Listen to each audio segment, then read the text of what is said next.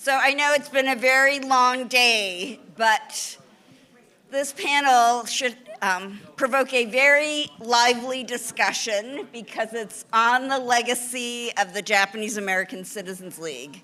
So my name is Alice Yang. I'm a historian at UC Santa Cruz, and I studied the legacy of the mass incarceration and the JCL on the redress movement.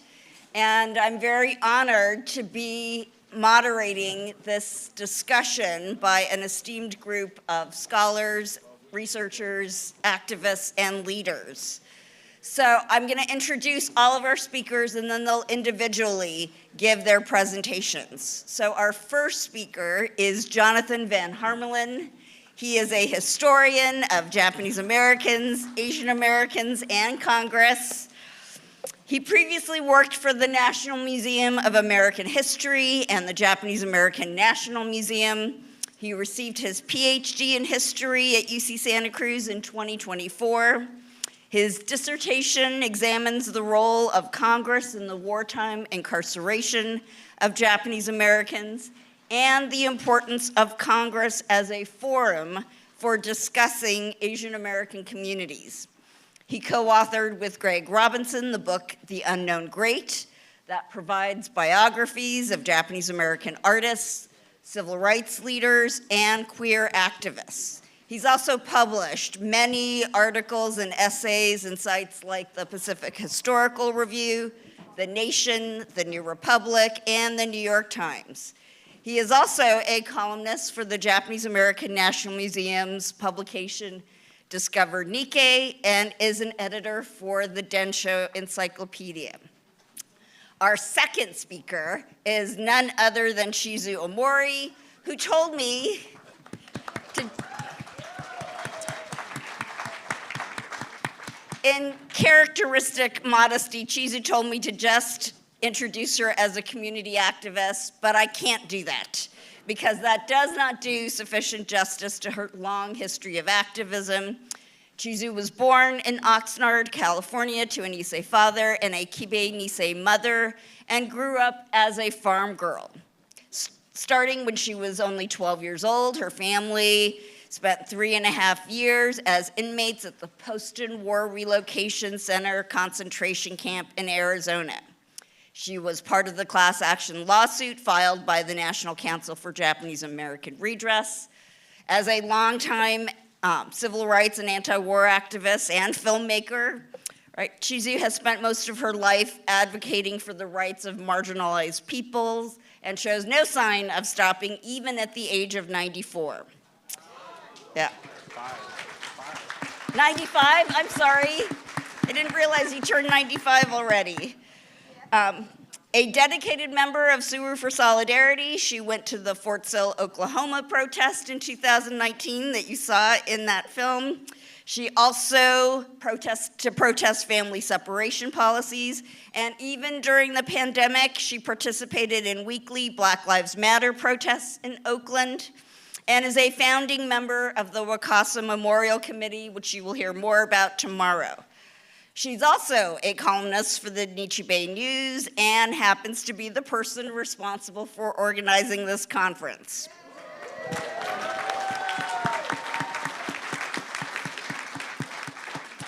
Our third speaker is Lisa Doi, who goes by the pronouns she, her. She's a curator and project manager at the Japanese American National Museum, where she is revising the permanent exhibition on Japanese American history and culture. Outside of work, Lisa is past president and board member of the JCL League, of the JCL in Chicago, and co-chair of Subaru for Solidarity. Lisa just received a PhD in American Studies from Indiana University, where her research focused on Japanese American community pilgrimages. Previously, she earned an MA from the University of Chicago, where her research focused on Japanese American resettlement to Chicago, and she has a BA from the University of Pennsylvania. And then our final speaker is David Inoue. David is a Nisei, or second-generation Japanese American on his father's side, and also a third-generation Chinese American on his mother's side.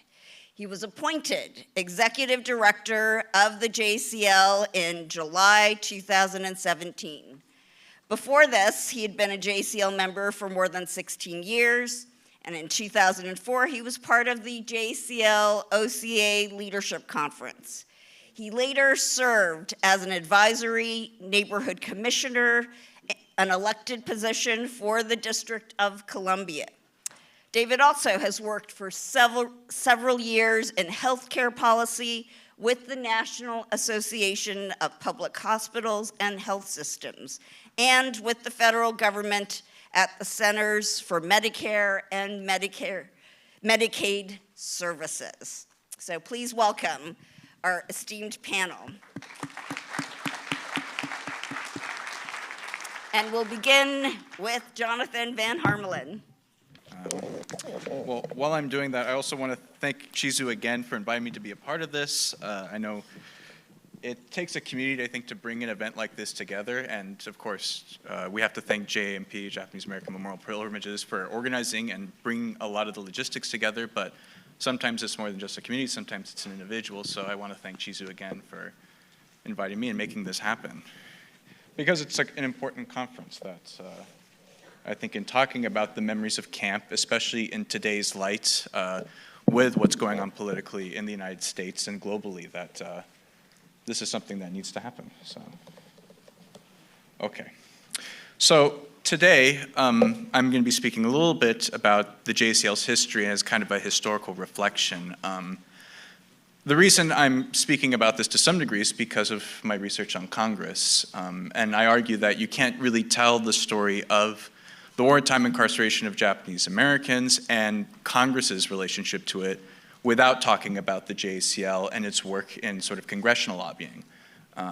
There's often, and there's much truth in the statement that, you know, the Japanese American community didn't have a voice in politics, especially national politics in Washington. Many of the decisions that were made without the consent of the community. But in some ways, the one thing that did happen is that the Japanese American Citizens League spoke up on different occasions in the national spotlight, especially with regards to congressional hearings. There'll be more detail. I'll be talking about that and sort of the fraught history of what was going on in Congress at the time. So to begin, I've been invited to say a few words about the JACL and its history. And as is the theme of this panel, community divides dating from the warriors have lingered since within the Japanese American community. Something that needs to be said is that these divides cannot be understood without acknowledging that they exist as a byproduct of white supremacy. As I wrote this dissertation on Congress, the thing that stuck with me the most is kind of how sickening the rhetoric was within the halls of government, especially within Congress. You know, this is, the incarceration is often talked about, rightly so, as a byproduct of executive power, and the extent to which the executive order is being used to control American citizens and infringe on civil liberties. It's also a history, of course, as was talked about earlier, about the courts, about how did the justices of the Supreme Court rule in Hirabayashi, Yasui, and Korematsu and Endo. But the third part of that, of course, in knowing the checks and balances of the United States government is how does Congress fit into that story? And what I found is that in many cases, this is where you got some of the worst ideas about what would be done to the community, some of the most consequential and at times having an effect on federal policy. Often the executive branch of the federal government operated separately, but it was often Congress that was pushing the executive to act in certain ways. You cannot talk about, for example, the road to February 19th without talking about the fact that there were so many members of Congress that wanted to benefit off of the anti-Japanese hysteria to score political points. Something that I found in my research was how different members of Congress before and after EO 9066 capitalized on the situation for their own gains. Case in points for Exclusion Zone 2, which was not supposed to be initially a place for forced removal, was transformed into one because of a member of Congress. And I've talked with Koji Laozawa about his ongoing work with the Tulare Assembly Center. And as I found out, much of that was, of Tulare becoming a site for forced removal was because of a member of Congress, Alfred Elliott, who pushed the Western Defense Command to include that area within his district as part of the exclusion zone. So a lot of it was looking at these different sort of political lobbying, these individual actions that were happening within government besides these larger orders that had grave consequences on the community itself. So while there are many critiques that can be made against different organizations like the JACL for its wartime actions, the ultimate enemy of wartime policy were the government officials who went out of their way to demonize and expel the Japanese American community. In studying Congress, I discovered that the JACL played a central role as a lobbying group. Throughout the war years and for decades after, the JACL built itself into the main political action group that stated it represented the Japanese American community. The history of the JACL, as some of you may know, goes further than during the war years. So long before the war, the Japanese American Citizens League began as a small community organization comprised of politically active Nisei and a handful of Issei. Founding members like Dr. T.T. Yatabe of Fresno, who founded his chapter as the American Loyalty League, Saburo Kido of San Francisco, and Clarence Arrive of Seattle viewed the JACL, originally called the American Loyalty League, as a means of organizing the community to combat against intense discrimination during the 1920s. Something I should note with T.T. Yatabe is that he was one of the children that was involved in the 1906 segregation case that led to the Gentleman's Agreement in San Francisco. As elements of the early JACL, that many of its leaders were business leaders, it created a class rift also between leaders in the general community. A noteworthy example of this is being Fred Taiyama of Los Angeles, who was a big business leader who used his position within the JACL to have other influence within business in the community. Something I found is that the JACL paralleled other ethnic civil rights organizations of the period. So like the League of the United Latin American Citizens, or LULAC, which was founded the same year as the JACL in 1929. Both organizations emulated the model of the NAACP, which not only followed a chapter structure, but stated that its mission was to combat racial discrimination through government lobbying. Although the parallels with the groups like the NAACP are not perfect, it offers an understanding of the JACL's approach that in order to survive racism, especially events such as during the war, and succeed after it, the leaders thought the JACL needed to go out of its way to work with the government and demonstrate loyalty.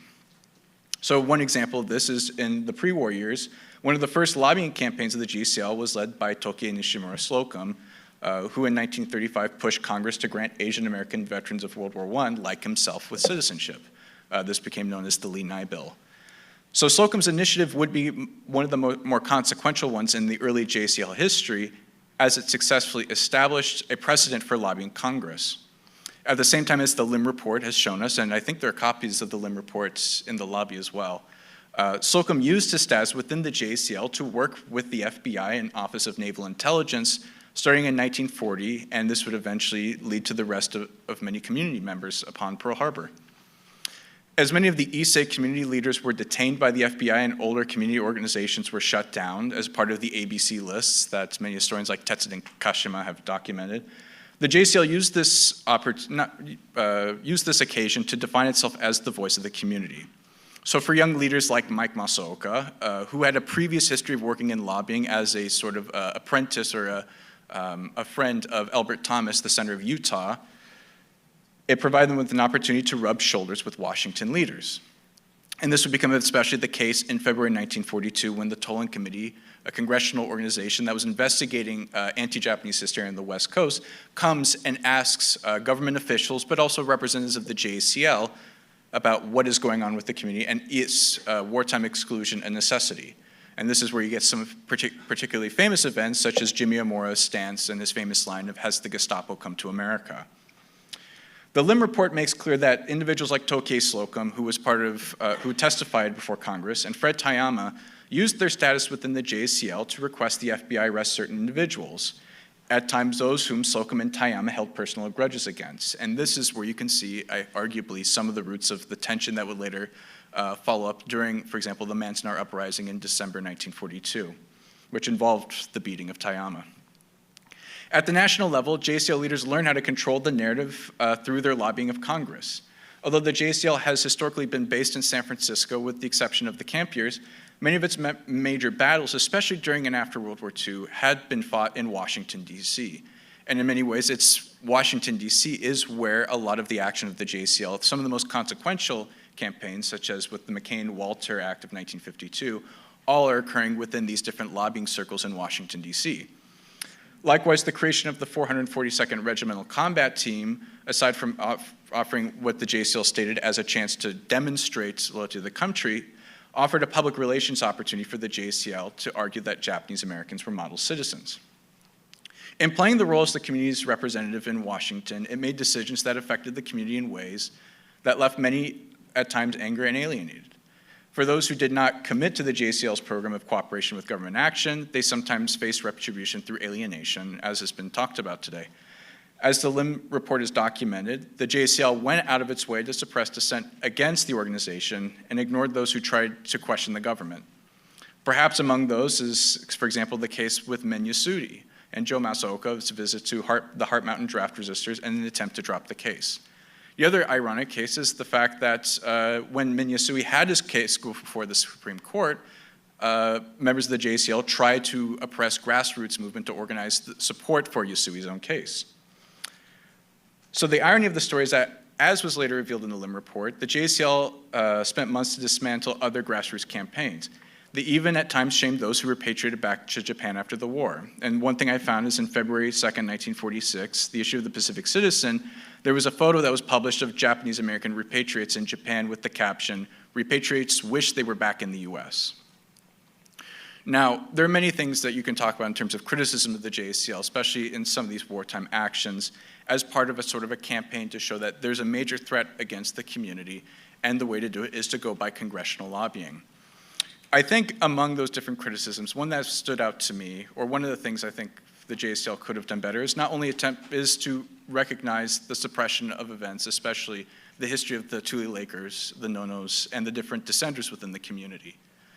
While the JCL submitted briefs in support of plaintiffs like Fred Korematsu and Gordon Hirabayashi, as far as I know, none were submitted in support of the Tule Lake renunciants during their own trials of Abu B. Clark and the other cases that were taken by Wayne Collins in the post-war years. But on the other hand, in the post-war years, Masaoka and the JCL looked for various mediums as a means to show loyalty for America. It persisted in its civil rights activism, aside from notable cases like the Evacuation Claims Act of 1948, where the JCL worked vigorously to lobby for compensation to the victims of the camps, especially in terms of the monetary losses they faced as a result of their incarceration. The JCL worked on several other sort of civil rights campaigns of the 50s and 60s. As Greg Robinson has pointed out, a lot of allyship between the JCL and the NAACP go back to during the war years. And as Ellen Wu talks about in The Color of Race, or The Color of Success, the JCL became increasingly involved in developing multiracial coalitions in the 1950s and 60s, such as the appearance of JCL representatives at the March on Washington, despite some pushback within the organization. It also made some notable achievements with LGBTQ+ rights. As Greg Robinson has pointed out in his research on Japanese American queer history, the JCL made history when it became the first national ethnicity-based civil rights organization to support an official, to recognize queer rights. It was in support of an official policy supporting equal marriage rights for same-sex couples in 1994. Even though this action caused a major split within the JCL, it provided the departure of numerous JCL members and officers who opposed the new policy. It led to the creation of an LGBT chapter within the JCL. So this conference has been organized as described as a moment for understanding the root cause of community divides. While the organization waited until after redress in some ways for certain apologies, it began to reconcile with its past, such as apologizing for its actions against the Heart Mountain draft resistors in 2000, and its apology for its treatment of Tule Lakers in 2019. Another notable case I think is worth noting is remembering that the organization's support for Aaron Watada during his court-martial for refusing to deploy in Iraq, which was a heavily divisive moment, especially when veterans organizations denounced Watada for his actions in 2007. And now today, and the other panelists will talk about this in greater detail, about how the organization has changed in a great deal, especially in coming up into recent decades, and now with the ongoing fight against Trump, such as with the Alien Enemies Act, where the JCL has worked with other organizations like Suru for Solidarity to denounce the actions of the Trump administration. There's something else I was going to say about that too. I think that summarizes the main points I want to talk about. There's a lot to understand about the organization both as a whole and the different factions within. It's not necessarily a monolith and shouldn't be seen in many ways as that. There are different chapters that operate in different ways, such as the Seattle chapter where Cherry Kenosha was active in redress early in the late 70s.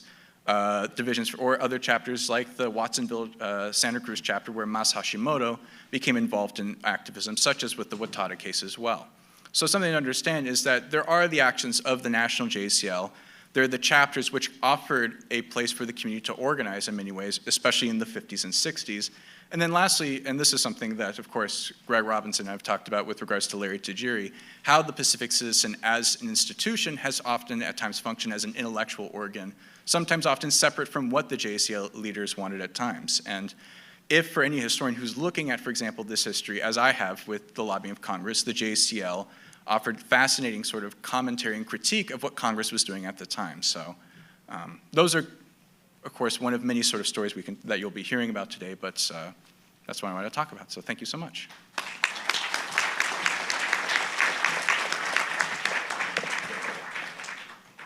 Makes me look bigger than I am. Okay, I'm giving a different take. We must go back to pre-World War II to get at the origins of this story. We now know that at the start of World War II, the JACL was cooperating with the FBI, naval intelligence, and other government agencies to give information on individuals within the Japanese American community, that these persons could be potential spies or saboteurs. Lists were drawn up based on these allegations, and on December 7th and after December 7th, roundups began removing around 2,000 men and a few women from the community, men who were leaders and patriarchs, putting them into a variety of prisons and Department of Justice camps, leaving their Issei wives to cope with what came down on them, having to manage the family businesses and also taking care of the family and then getting the family ready to go to the camps. I really have to feel for these Issei women who were just left in a relatively helpless position because they didn't speak English, most of them, maybe didn't really know what the family business, what it all entailed, and then they had to kind of close it all down to take their children into the camps. The community obviously knew that something was going on, and JACL leaders were looked upon as collaborators with the government in bringing about this calamity. When questions are raised about why didn't we fight back, well, most of the leadership was gone in the DOJ camps, leaving a vacuum in the community. This vacuum was filled by the JACL. Ernest Bessig, who was head of the Northern California ACLU, alarmed by the government's actions, went to the JACL to tell them that they should fight back, that they should stand up for their rights as citizens. And as he told me, they hid in silence. He went on to find Fred Korematsu. The JACL discouraged any lawsuits, and I take it that the government agencies were asked to do so, that the government agencies asked them to do so. When Fred Korematsu was released from jail and sent to Topaz, he was shunned by the other inmates because he was involved in the ACLU lawsuit. The word was out, and so he was stigmatized. This was the situation carried into the assembly centers and the camps, where many Issei and Kibei openly displayed hostility to JACL leadership and those considered sympathetic to them. If you take a close look at the Manzanar uprising, it was precipitated by the beating of Fred Tayama, JACL leader who had just come back from a JACL meeting in Salt Lake City where a resolution was passed asking the government to allow the drafting of Japanese American men into the army.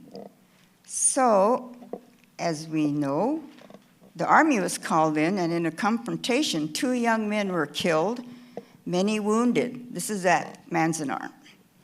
Bands of some Kibe and Issei had a hit list of persons they wanted to beat up. It was an extremely tense time. And then there is a story that sticks in my mind, told to me by Shosuke Sasaki. And it is that at Puyallup, the assembly center in the Pacific Northwest, feelings were running very high against Jimmy Sakamoto, outspoken JACL leader who advocated total cooperation with the government. I am quoting what Shosuke told me in a taped interview. Quote, "One of my friends came to me and said to me, 'There are a group of Issei who are planning to murder Sakamoto. What do you think of this? They would like to have you join them.' I said, 'Well, just a minute. Sakamoto is in Area C and I'm in Area A. How can I participate in the murder of Sakamoto? Physically, it's impossible.' I don't quite understand that, but anyway, that's what he's told me. They said, 'Don't worry about that. We'll take care of the actual killing.' And I said, 'What do you want me to do as part of this group?' And they said, 'Well, we want you to be our spokesperson. After we kill him, we're going to turn ourselves in, and we want somebody who will speak, defend us on our behalf.' Well, fortunately, the murder plan did not go through, though an effigy of Sakamoto was created. It was spat on and urinated on and then burned. I understand that such an effigy of Mike Masaoka, who was the main spokesman for the JACL, was also created. It's a longer story that I won't have time to get into. Having heard that something like that really jolted me and made me realize that throughout the incarceration, there was bad blood between the JACL and some Issei and Kibe. I consider this a tragedy of epic proportion, where immigrant groups go through a transition when the old world of the immigrant confronts the new world of America, and there is a generational conflict. In our case, it played out in the camps, leading to tragic results. Sure, the JACL leadership assumed positions of power, pushing an assimilationist, patriotic stance. And they had a right to their position, but it enabled the government to use them, to be played by government authorities, leaving the camps to roil in a constant state of potential violence. There is no doubt that they cooperated with the WRA in suppressing protests by the camp inmates. I am drawing much of my information from the Lim Report, a study commissioned by the JACL in 1988 to bring to the membership what the record showed about JACL collaboration with the government.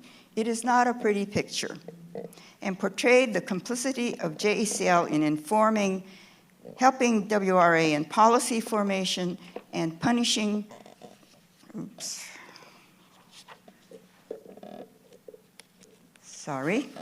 valuable time here, those who oppress them in the camps.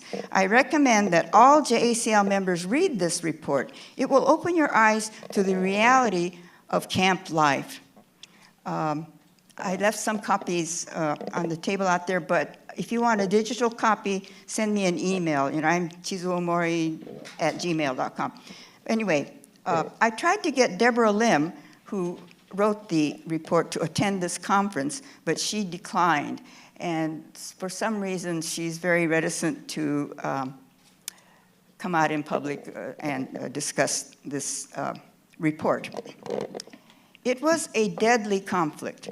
JACL leaders and others were beaten, intimidated, like Chiura Obata in Topaz, Saburo Kido in Poston, and many others, sort of under constant threat of assault. And so there were calls to get rid of the troublemakers. We know that many were picked up and sent to special camps like citizen isolation camps like Loop and Moab. And we also know that there were many informers within the camp communities. That is really unfortunate, but all the records show that there was a lot of monitoring of people in the camps. And then in 1943, the loyalty questionnaire was used to separate those that the government considered disloyal to a segregation camp at Tule Lake. There's evidence that the JACL helped in putting that program together and recommended segregation. In this loyal-disloyal divide was to forever haunt our community, and a large number of persons that had that disloyal label attached to them for the rest of their lives. Many went through extreme hardship due to this label. This divide between the JACL and some parts of our community became a lifelong obsession for some individuals. It was real, a feud that lasted the lifetime of some JACL members. For them, those who opposed the JACL were to be forever labeled, because they threatened the image of Japanese Americans as loyal, patriotic Americans. And so they were forced to be outcasts within the Japanese American community. Such an attitude caused real hardship and anguish for those so labeled. For example, Mrs. Nao Akutsu, mother of 2 sons, Jim and Jean Akutsu, who were draft resistors, encountered such a rejection, this is after the war, such a rejection by the Seattle community because of her family's situation that even her own church rejected her and would not allow her to come to church services. She became so distraught by this ostracized attitude towards her that she committed suicide in 1947. The sons of those considered disloyal were also not allowed to participate in the sports leagues that were a major community activity after the war. So in many ways, these people felt to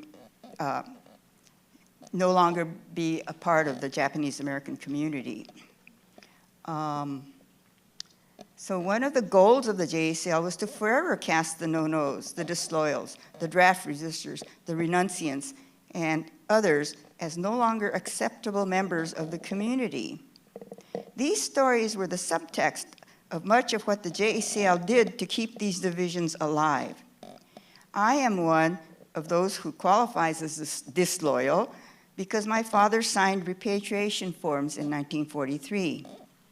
Even at the time of redress, some JACL members objected to giving the $20,000 to those they considered in the outcast part of the JA community. This was in 1988. No compassion, no sympathy for all that our community had gone through. Fortunately, they did not prevail. But they also dropped the ball on helping Latin Japanese get the redress that they also richly deserved. Now, JACL gave its Citizen of the Year award to Satsuki Ina in 2019. In part, this was due to the publication of her book, The Poet and the Silk Girl, in which she recounts her family's story of segregation, family separation, being moved from camp to camp, etc., because her Kibe parents signed no. It was quite an ordeal. But I want to stress that it really was what the government did to us, which is to blame, that somehow we were put in a position where we turned against each other, and that is a great shame of the camp experience for the whole community. Almost all of the camp generations are gone, and it is a sad thing that reconciliation did not happen in their lifetimes.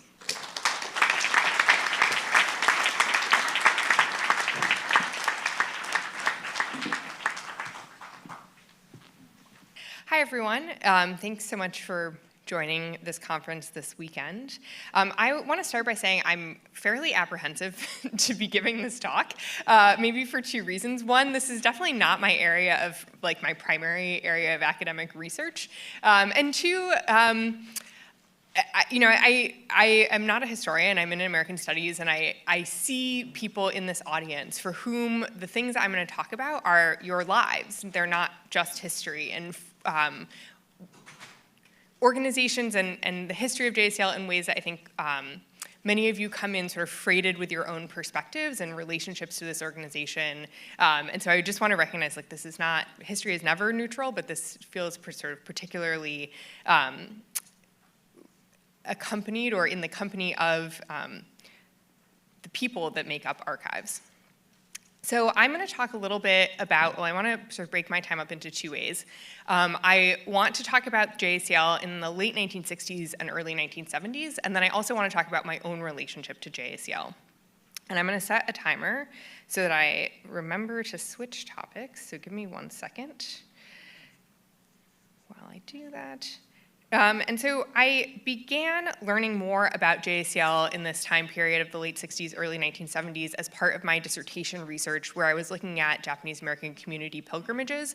And part of that, I wanted to understand the origins of Japanese American pilgrimages, in particular the Manzanar pilgrimage, which sort of began with some of the staff members from JACL. At the same time, in 2023, Karen Ishizuka, at the same time as I was doing this research, Karen Ishizuka accepted JACL's Lifetime Achievement Award on behalf of Al Inicio. And in her remarks, she brought up the failure of JACL to hire Al Inicio as the executive director in 1972. And so I was more curious about that and looking into that. And so what I want to start with is talking about JACL in the late 1960s and 1970s is sort of a tumultuous period for the organization. I'll also say I think it's a tumultuous period for the United States more broadly, as a period of advancing civil rights, fights for civil rights, at the same time that there's this increasing sort of suburbanization, sort of post-war economic boom for particularly white America. And so you see a JACL that both participates in the March on Washington, as Jonathan mentioned, at the same time that many of its members are able to sort of break some of these racial covenants and move into these white suburbs and sort of invest in this American dream of the 1960s. And I think simplistically, this divide in the JACL might be called a Nisei-Sansei divide, but I think you'll also see that there are Nisei and Sansei on many sides of these political issues, and so it's really a divide over sort of the political future of JACL. The outgoing Midwest District Governor, Henry Tanaka, wrote in an article for the Pacific Citizen in 1969, and he said, frankly, I think the state of affairs for JACL can be expressed in one word: complacency. And he sort of talked about, this is an organization that really doesn't have a clear vision for what its future is going to be. And he was not alone in that feeling. By the end of the year, 1969, under Jeffrey Matsui's leadership for the PSW Pacific Southwest region of JACL, they hired a slate of 5 new staff members, particularly with a focus on political engagement and youth engagement. Starting with, in October 1969, JACL hired Warren Furutani as the director of special projects. Raymond Inoue, when he described what this role would be, described Furutani's hiring as focused on civil rights and human relations. Furutani came on the radar of JACL after his arrest earlier in 1969 over a protest for sort of Third World Liberation Front movements at the College of San Mateo. And by the end of 1969, so just within this 1-year period, Furutani was part of the coalition that started the Manzanar pilgrimage. Over the next year, he was joined by several other young politically engaged staff members, including Ron Wakabayashi, whose previous Pacific Citizen coverage included his involvement in a group called Oriental Concern, Victor Shibata, who previously appeared in the PC for his work with Yellow Brotherhood, and Ron Hirano, who was previously covered in the PC for his involvement in Asian American Studies Central. So the JACL within a year hires these slew of sort of young staff members who are involved in very politically engaged progressive organizations serving the Asian American and Japanese American community. And under their leadership, JACL got very involved in many of the political issues of the day, including the fight for Asian American studies, joining the Indians of all tribes occupation of Alcatraz, supporting the United Farm Workers, and in addition to being part of the coalition that started the Manzanar Committee, which began as a program of the JACL, actually, they also started to establish visual communications as a program of JACL. And the Manzanar Committee and visual communications are organizations that continue to this day. In addition to sort of the involvements led by the younger members of JACL, JACL was also involved in the repeal of Title II of the Internal Security Act. This I would describe as a more intergenerational coalition, with Edison Inoue as a prime sort of leader in the fight for the repeal of Title II.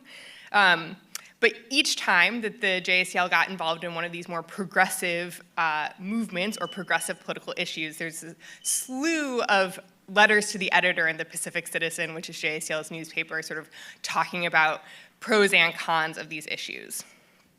For example, Divide Over the Manzanar Pilgrimage mostly centers around a speech that Jim Matsuoka gave, in which he said, "When people ask me how many are buried here, I reply a whole generation." I'm going to sort of select from his speech. He went on to say, "These quiet Americans who spoke not, objected not, who will not rock the boat in order to be model citizens, their souls lie buried here in Manzanar. It is for us to carry on." This speech was carried in the Pacific Citizen and led to over a year of responses from readers who were critiquing what Matsuoka said at this first Manzanar pilgrimage. In an article, and there were many negative critiques of it, but there were also many positive critiques of it. So one of those more positive reviews was written by Jerry Enomoto, who wrote in the PC in February of 1970 that he was really frustrated at how upset people were getting over these remarks. He felt that Matsuoka was talking about the emotional impact of the wartime incarceration experience. And he also shamed his fellow Nisei, who he said were, quote, more interested in being white than they were in justice and morality for blacks and browns. The Nisei, Enomoto concluded, were afraid to try new things, and at least the Sansei were sort of willing to put themselves out there, try new things, and improve the national image of JACL. So from 1969, when they sort of make these hires, get involved in these political organizations, to 1972, when they do not hire Alan Nishio as the executive director, a few things change. And one of the things that I think is an important factor in understanding this is actually both the murder of Evelyn Okubo and attack on Ranko Yamada at the 1970 JACL convention, but also the murder of Berkeley police officer Ronald Tsukamoto in the same summer of 1970. Again, in the Pacific Citizen, you sort of see how young members of the JACL are rushing to dispel what they call misunderstandings and rumors about sort of Okubo, but broadly the sort of younger members of JACL, and the rumors being that they were involved with the Black Panther Party and the Young Lords.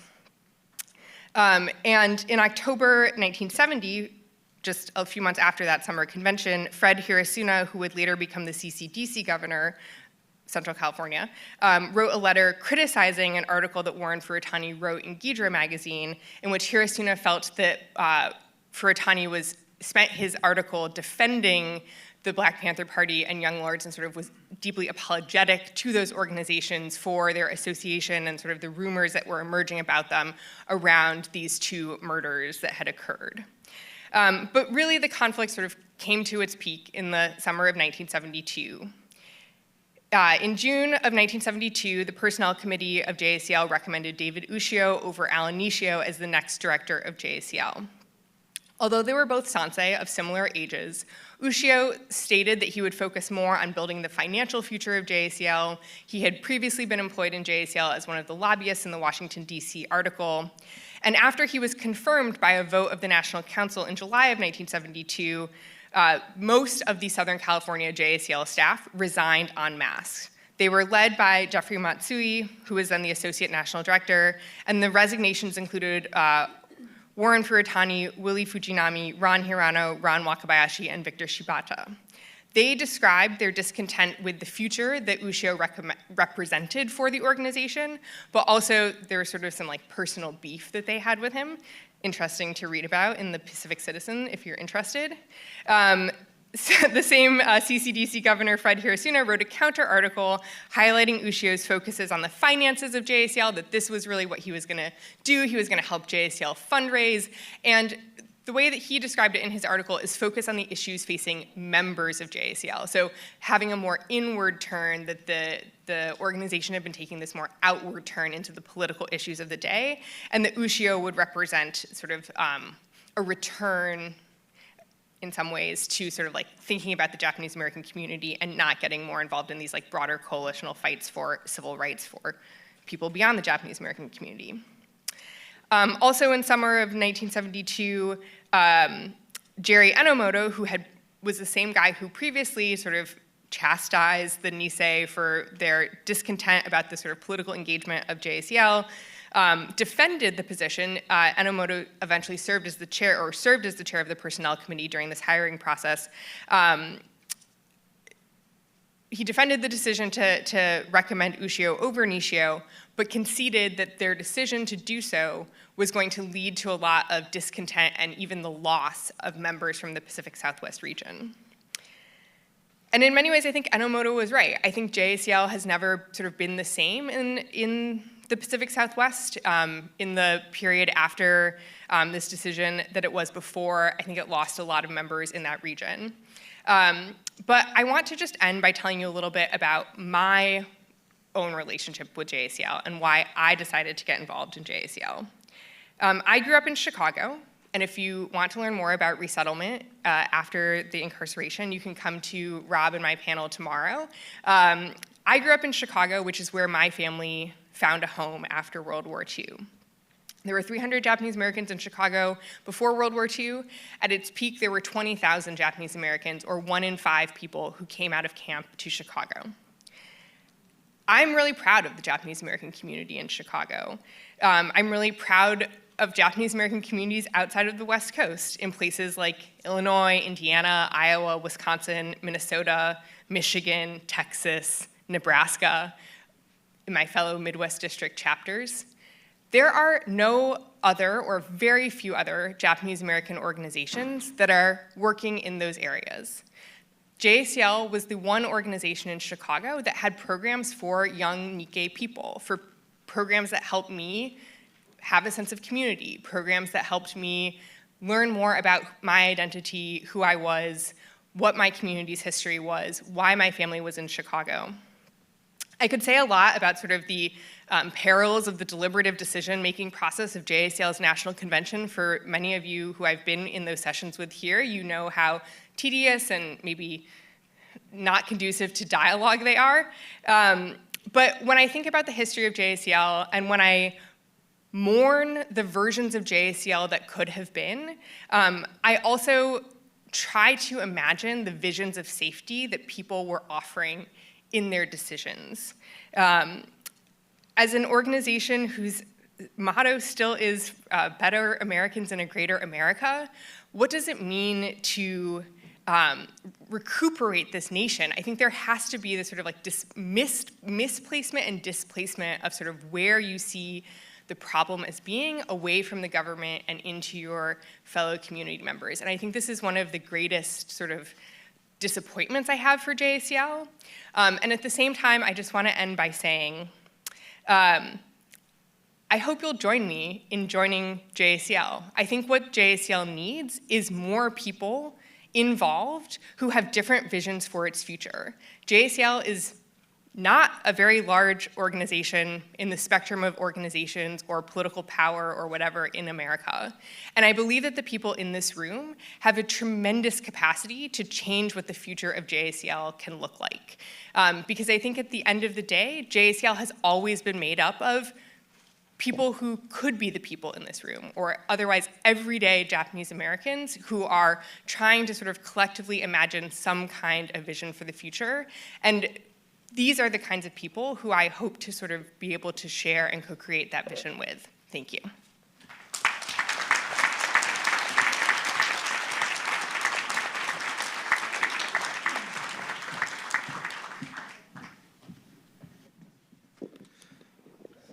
So everybody's probably wondering, what is he going to say? First of all, I'm disappointed, Lisa, that of all those places you mentioned in the Midwest, you did not say Ohio, which is where I am from. Imagine having two Midwesterners on a panel of Japanese Americans, or talking about Japanese American issues. Who would have ever thought that would be the case years ago? Also, like Lisa kind of gave her caveat, I also am not a historian. I grew up in Ohio, came to JACL because, again, it was the only, not only really Japanese American, but really the only Asian American organization in Cincinnati at the time. I think as you are probably wondering what I'm going to say, I think my role here is to sort of tie up what is JCL today and how has that happened because of what happened in our history. I think going back to the war experience, one of the most important kind of lessons of that, and a lot of this goes around the idea of power and who has political capital and the ability to influence things. And I think during the war, I think Japanese Americans found themselves without that ability to really influence, that we didn't have that power.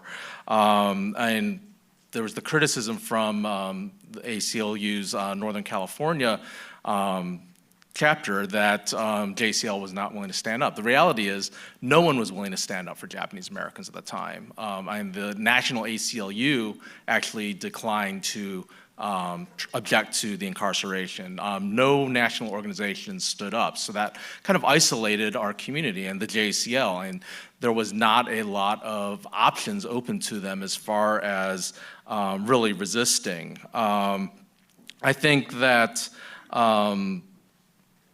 as a result of that, though, that kind of led JCL to realize that in order to actually influence, we need to work in coalition, in partnership with other organizations. So as Jonathan had mentioned, forging very strong ties with the NAACP post-war. The other thing that JCL was also involved in was the founding of the Leadership Conference on Civil and Human Rights, then just Leadership Conference on Civil Rights. And that coalition was what drove a lot of the civil rights wins that happened throughout the 60s, and supported many of the issues that JCL also was engaged in, particularly advocating for changes to immigration law in particular. I think ironically, one of our big successes in that fight was the Immigration and Nationality Act of 1965, which eliminated a lot of the quotas for various countries, opening up immigration based on family and skills, which I think actually kind of accelerated the idea of the model minority, and is kind of why we have the situation we have today, where we have almost like the schism in the Asian American community as to whether we support things like affirmative action, because you have people who came in who basically came to this country with the already college educated, like my father who came in the 60s, and you contrast that with my Chinese grandfather who came as a paper son. But I think also sort of understanding some of those issues as well, and this goes back to what happened during the war, with how there are oftentimes ancillary effects of what we do, that some populations might be affected negatively, or obviously in the case of the resistors, who were essentially, because of the pursuit, JCL's pursuit of a certain strategy, and I think this is something that we've never really reconciled either, that because of JCL's strategy of pursuing that idea of loyalty versus the idea of resistance. I think that along those lines also, though, the JCL did also resist in some ways. Yes, they did not join on the Korematsu case. I see Karen sitting over here, Hirabayashi or Yasui, but they were very strong supporters of the Endo case. And I think that one of the things that part of that is that they were looking for what are the winnable things. And I think that's one of the challenges that we oftentimes face in Washington, D.C. of do we pursue something because it is the absolute moral just thing, or do we sometimes take what wins we can get? I think that when you look at what happened with those Supreme Court cases during the war, ultimately we had the courts decide that, we're going to say that, yes, we're going to support the administration or the military in their arguments of military necessity. But ultimately, they did not support the idea of taking away the right of due process, and that's where the Endo case came out. I think today we're seeing that play itself out again in sort of like almost like a circular path to what happened during World War II, where we are seeing people whose rights to due process are being taken away again by the government.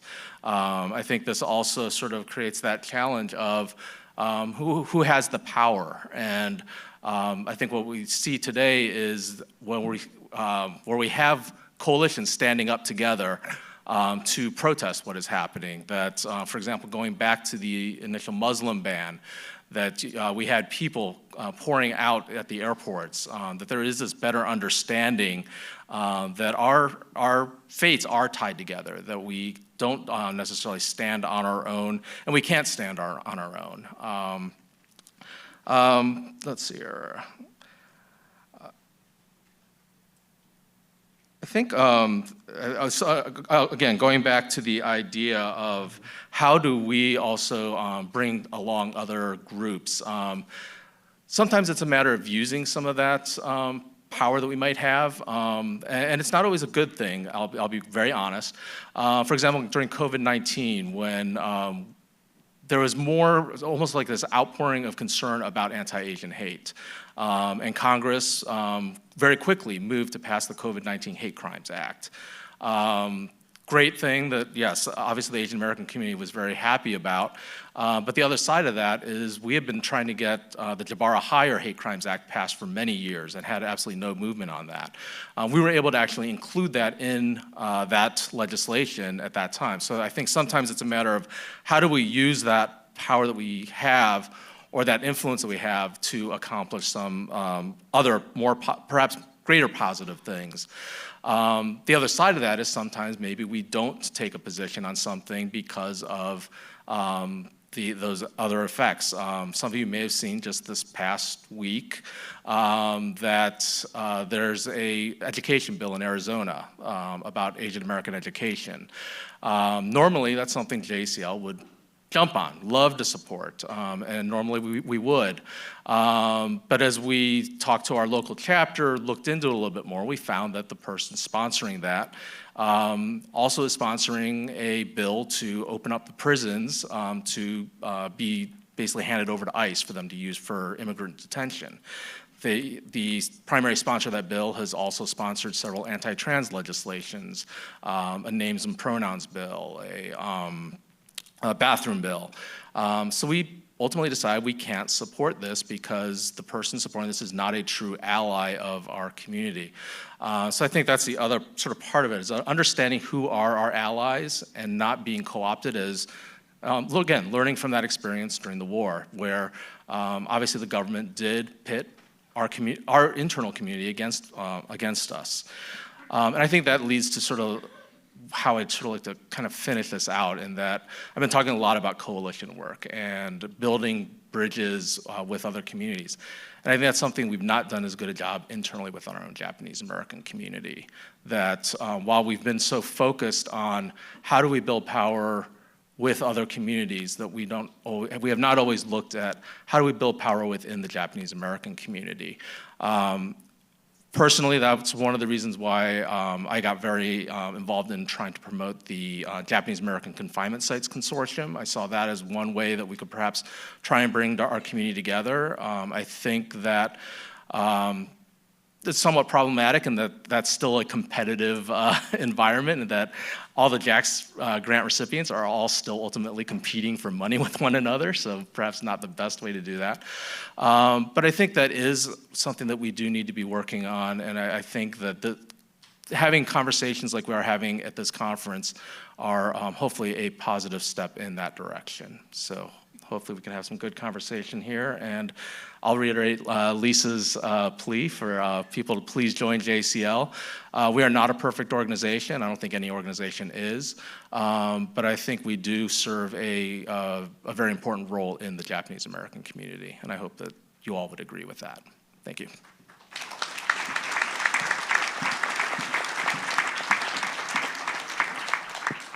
Okay, we will open it up for questions in just a minute, but first off, I want to make a few brief comments and questions to our panel. Thank you for all of your presentations. I think everyone will agree it was very informative. First off, both Chizu and Chizu acknowledged that it's really the government's fault that we had this conflict, we had this division within the community, right, that basically pit people against each other. And Jonathan gave the larger historical context of white supremacy. I'll just add that if you read Jonathan's dissertation, which will be published as a book soon, you'll come to be quite horrified by some of the more outrageous proposals, which included, right, segregating the camps by gender, even some politicians calling for the sterilization of Japanese Americans so that they couldn't reproduce. There were also calls to denationalize, basically strip the citizenship of all Japanese American citizens, not just those who were branded and stigmatized as disloyal. And that some of this, right, reflects basically a climate of white supremacy that the JCL had to deal with. At the same time, right, the position of the JCL in opposing opposition and dissent, initially being opposed to all test cases, right? I mean, we've heard, right, there's this question of what is possible, right? And JCL wanting to be on the winning side, JCL accepting the government's decision to make them the representatives of the community because of that super patriotic and accommodationist position. It was also because, as Chizu noted, right, Issei leaders who'd been under surveillance and who had been put on lists in part by some JCL leaders like Fred Tayama, right, basically got rounded up. So there was a power vacuum within the camps that made it also more convenient for the government to turn to what was initially a very small, not very powerful organization of professionals, right, and made them the representatives of the community. And that is part of how the JCL narrative came to dominate accounts of the history. It's also, right, why there are some famous critics of the JCL, Wayne Collins, who was recognized, right, nicknamed them the JACLs because of his critique of the way they treated the no-nos and the renunciants. And yet also we know that they used that narrative to achieve certain changes. The 1948 Evacuation Claims Act, the 1952 Immigration Act that allowed the Issei to become naturalized citizens, right? At the same time that some of their more outspoken leaders continued to antagonize people who disagreed with them. So famously, right, Mike Masaoka wrote an autobiography called They Call Me Moses Masaoka, An American Saga. Students, you know, are always horrified to find out that one of his proposals included the creation of a suicide battalion in order to enlist confidence about Japanese American loyalty during the war and to help them gain the right to serve in the military.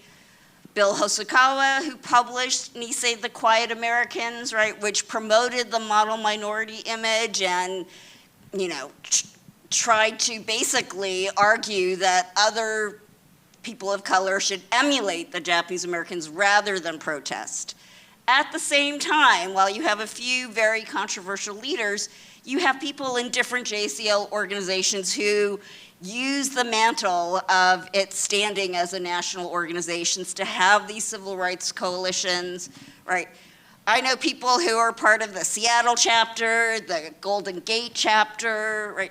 People who believed that as a national organization, they could cultivate more progressive policies within the JCL. And I know, and I will especially argue since I'm researching Japanese American women activists, that I know many women who were part of the JCL, part of NCRR, part of other groups because they recognized the potential of the JCL, as Lisa mentioned.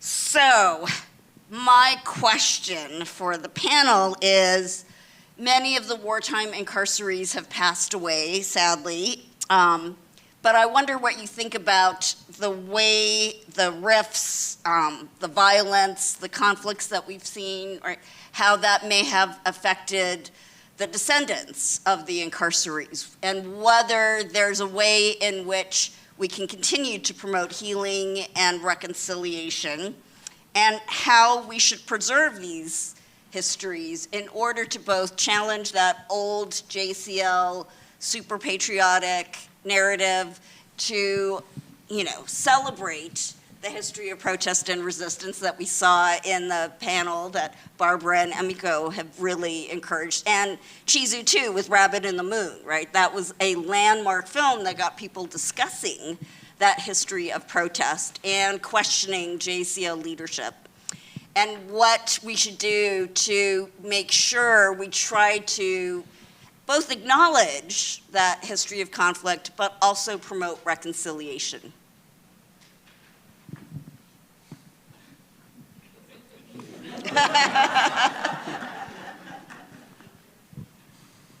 Well, I don't know. I just think the JCL is too conservative for me in many ways. So I just wouldn't fit in socially, I think, with the JCL. Although it's an organization which has survived for, a long time, So there's obviously a need and a place for such an organization. So I feel that the kinds of conflicts that David is describing and all show that that JACL can be a voice. I mean, and it's considered, well, it's the only national Japanese American organization there is, let's face it. So, well, I don't know. Sometimes I think I should join to kind of, kind of goose it up internally or something like that. But I don't know. That would be very welcome. Really. I don't think there's any doubt that you could do that, Chizu.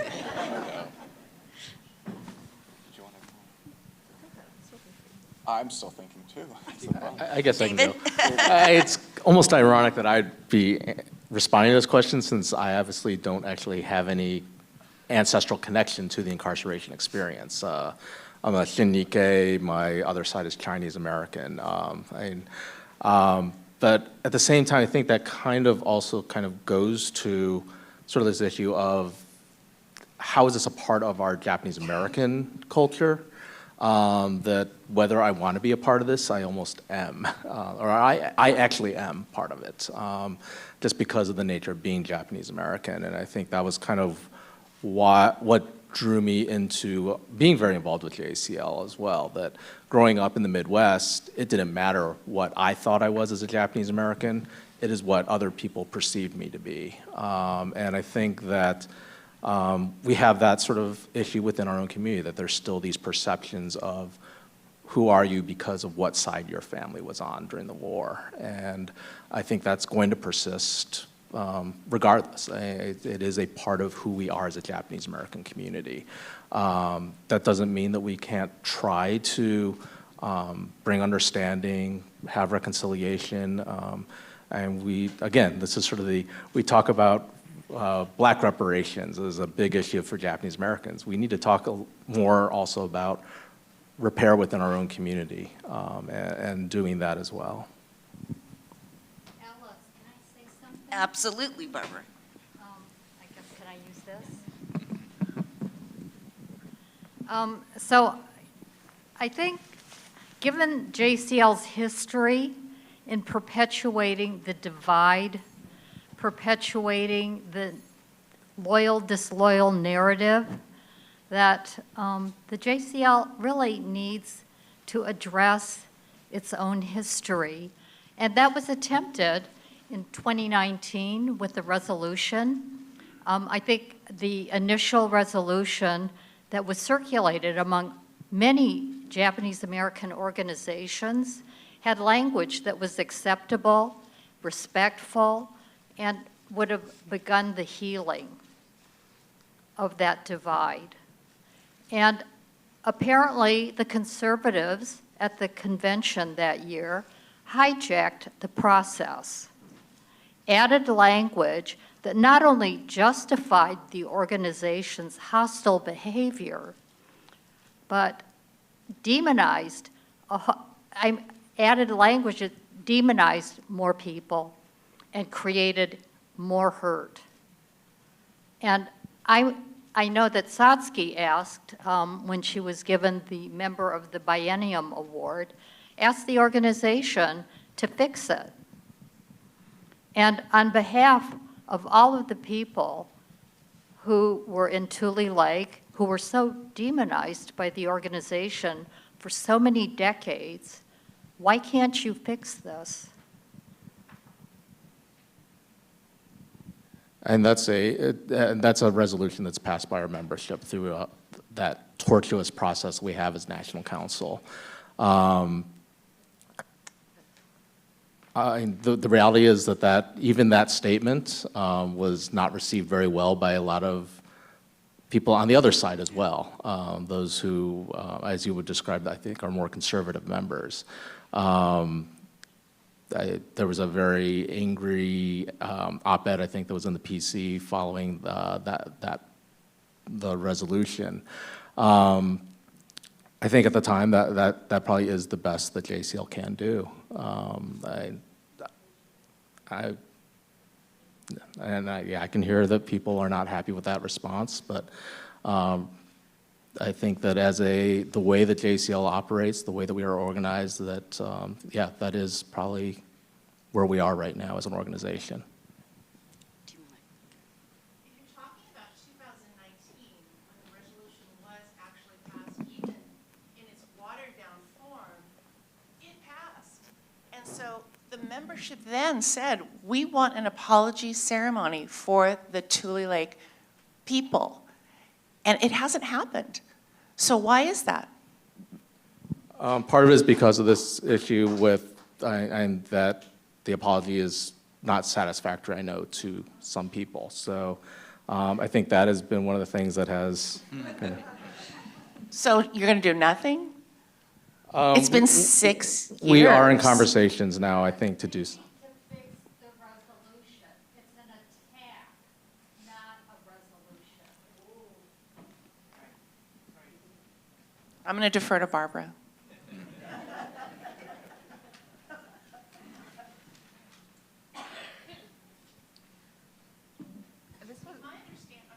My understanding was it was at minimum, as opposed to nothing, a form of acknowledgement of the damage done to the Tule Lake resistors. And I can Reread the language that was added. There was no reason to add that language. Is there a reason why a better version has not been proposed? David? It has not been raised at National Council.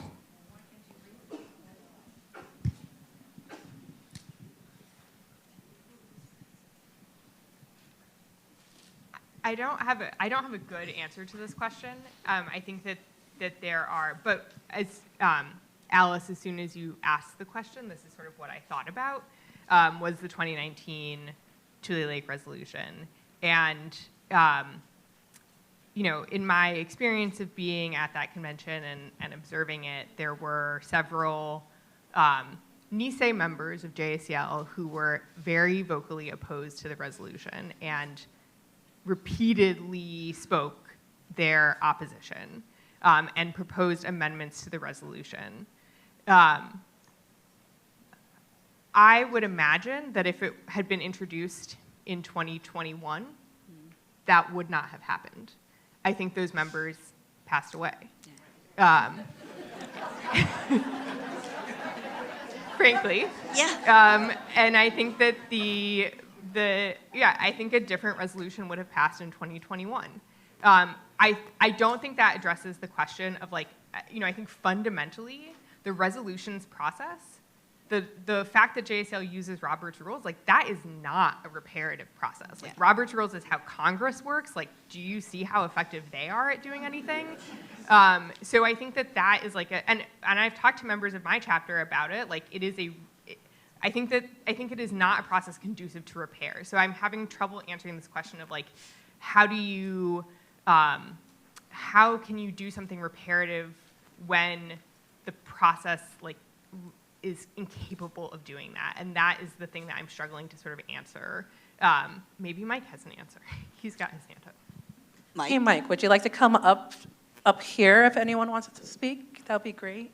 So then I don't have to run the mic back and forth, if that's okay. I will say, right, one way to get the organization to change or revisit the resolution is for people who oppose the organization to join it, because there is this history of dissidents trying to take over the organization, right? Edison Inoue was not the prototypical JCL member. Edison Inoue and Rei Okamura, when they launched the Title II repeal campaign, they were not JCL traditionalists by any means. And in fact, Rei Okamura was one of the most, blistering of critics of the JCL. And so I think there have been times when different individuals have seen the potential of the JCL, have tried to reform it, and maybe this is one of those times when enough of the old guard have passed away that people with more compassionate and, comprehensive views of the organization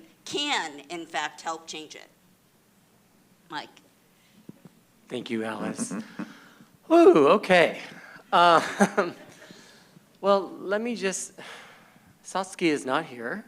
She's soon on an airplane flying home from the Canadian government's support of the Japanese-Canadian repair process. She's leading that process today. So maybe we have something to learn from Canada in this moment. So what I can say is that she and I spoke Thursday night, very late. We've both been on the road a lot lately, so we hadn't even had a chance to check in about our workshop. But that was a fortuitous moment, because what we talked about was actually what we really want to talk about is repair. And that this is an amazing conference that is bringing scholars and organizers and activists together to open up the conversation, but it's not the same as a repair process. And so we should understand that a repair process has to be thought about very intentionally, and it's not a drive-by. It won't be a one-time conversation. It actually, and it needs input from the community whose agency was stolen from it during the war and had no collective process around its future and what was happening to it. And just that itself is a problem. And so tomorrow in our workshop, we're going to start to open up a conversation about what is repair for our people. And like I said, it's the beginning of a conversation. I'll say one thing that I've noticed, that I learned through the presentations today, and also rereading the Lim report at 3 a.m. last night because I couldn't sleep when I got here. There's a, community trauma, as Satsuki would like to say, starts by telling the truth. You must tell the truth. And we are not at that moment yet. We're grappling with it. We've opened up it a little bit. I think Barbara and others have been calling for telling the truth for a very long time. But there's something that's preventing us from doing that. And that's what we need to understand. Why is it so hard for us to tell our truth? And some of that process can't be done in big groups like this. It has to be done in small groups. That's why we've started working on healing circles and things like that. And healing circles aren't the only thing either. There's lots of things, and some of those repair tools we have not understood or identified or thought of yet. But we need to hear from you, the community, about what needs to happen. Some of this conversation, I'm going to put this out as my own thought right now. Some of this conversation has to happen amongst JCL by itself. They need an accountability process. Tule Lake has gone through a long process of trying to understand what harms occurred, what the consequences were, how it left people standing, the multi-generational trauma, and Satsuki has been a very big part of that. But a lot of the community, the yes part of the community, and my family was, my grandfather was Jimmy Sakamoto. So the fact that Satsuki, and we'll talk about this tomorrow, so I don't want to talk about too much, but what I will say is Satsuki and I are best friends. And we built the work of repair and Sudo together. And it's a model for us. It's not an organizational conversation. It's a relational conversation.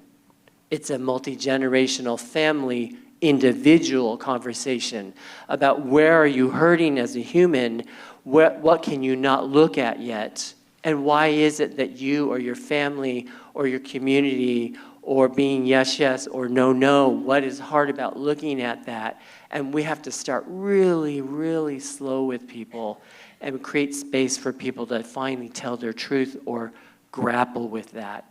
And it's going to take a while, and it's going to need the support of the whole community. But I sense that we're getting ready for that. I'll stop there. Thanks. Thank you, Mike. That is a great way to end this panel and to highlight the importance of coming back tomorrow. So thank you, everyone.